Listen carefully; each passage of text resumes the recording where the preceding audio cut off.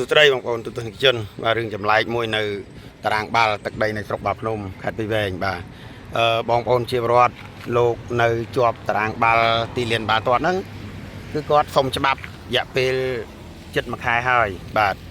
យករដ្ឋបាលអីទទួលដឹងឮអីអស់ហើយតែក្រោយមករយៈពេលថ្ងៃទី21នេះខាងក្រុមហ៊ុន concert ប្រគំតន្ត្រីគាត់បានទៅសុំហើយក៏សញ្ញេឲ្យក្រុមហ៊ុន concert ដែលប្រគំតន្ត្រីនៅទីលានតារាងបាល់តែឥឡូវពលរដ្ឋកូនចៅបងត្រីសរមនេះការប្រាប់ជាង1400នាក់ហើយគាត់សុំច្បាប់យូរហើយឥឡូវនេះគេមិនអនុញ្ញាតច្បាប់ឲ្យឥឡូវនេះវាទៅប៉ះគ្នាបងប្អូនឥឡូវមិនដឹងយ៉ាងម៉េចយ៉ាងម៉ាទេបានន័យថាក្រុមហ៊ុននោះខាងក្រុមហ៊ុនស្រាបៀរមកលក់ឲ្យបងប្អូនជាពលរដ្ឋនៅប្រគំ concert នៅនេះគឺ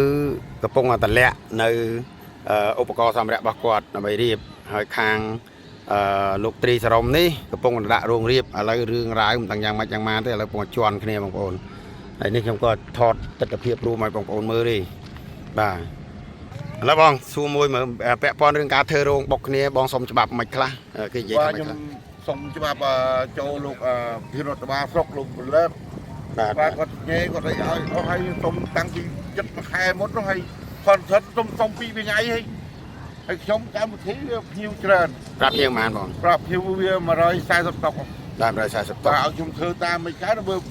ពេលដែល concert បលេងហ្នឹងហើយភ្ញៀវខ្ញុំមកស៊ីហ្នឹងវាខ្ញុំគ្រប់គ្រងវាអត់បានខ្ញុំខ្លាចវាបាត់របស់របរទៅបុកគ្នាអញ្ចឹងបាទខ្ញុំធ្វើមិនចេះខ្ញុំបានសុំមុនទៀតទីគ្នាតារាងបាល់ហ្នឹងបាទហើយឥឡូវខាងរដ្ឋបាលស្រុកគេថាម៉េចដែរខាងរដ្ឋបាលស្រុកគាត់ថាអីទេគាត់និយាយឲ្យប្រាប់ទាំងចវាយស្រុកប្រាប់អីហើយគាត់ប្រាប់ចឹងខ្ញុំឆាតទូគាត់សួរពីកាលខ្ញុំប្រាប់ខ្ញុំឆាតទូគាត់ថាម៉េចសញ្ញាឲ្យអ្នកណា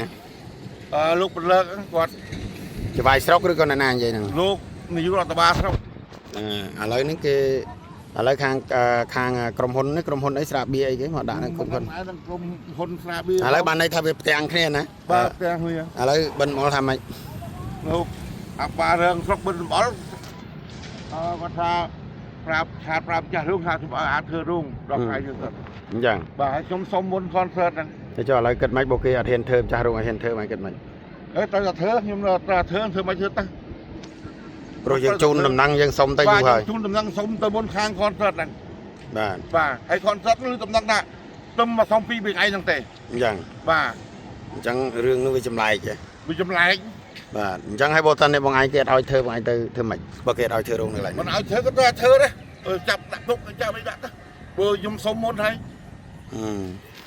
ហ្នឹងហើយបងប្អូនពាក់ព័ន្ធរឿងនឹងមួយហើយរឿងមួយទៀតតាមអ្វីដែលខ្ញុំទទួលបានលោកគ្រូអ្នកគ្រូពេទ្យហើយបងប្អូនជាពលរដ្ឋដែលសម្រាប់នៅមន្ទីរពេទ្យនេះការប្រគំតន្ត្រីថ្ងៃខែកន្លងទៅហើយក្នុងខែមិនិនាហ្នឹងបាសបកតម្លង់ចំកដាលស្រុកកដាលភូមិហើយប៉ះពាល់ដល់អ្នកជំងឺ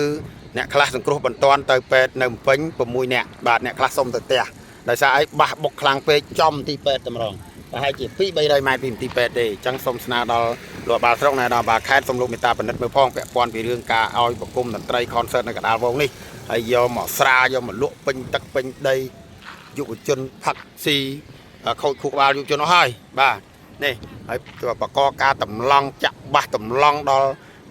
បងប្អូនប្រជាពលរដ្ឋកដាលស្រុកកដាលភូមិទី1មួយទៀតប៉ះពាល់អ្នកជំងឺពងសម្រាប់ព្យាបាលនៅមន្ទីរពេទ្យបាទលេងថ្ងៃមុនគាត់ទៅចាក់បាសខ្លាំងពេកអ្នកជំងឺសុំទៅផ្ទះឲ្យបញ្ជូនទៅពេញ6នាក់បងប្អូនហ្នឹងហើយបងប្អូននេះទស្សនវិជ្ជាឥឡូវប្រទាំងគ្នាហើយក្រុមគ្រួសារលោកត្រីសរមប្រាប់ជាង1400នាក់បាទសុំច្បាប់មុនតែតន្ត្រីនេះមកក្រោយថ្ងៃទី21គេអនុញ្ញាតច្បាប់ឲ្យហើយខាងរោងការនេះប្រាប់ភ្ញៀវមកកណោហើយគេខាត់អត់តន់ឲ្យធ្វើទេនេះហ្នឹងហើយបងប្អូនមានប៉ុណ្ណឹងអរគុណច្រើន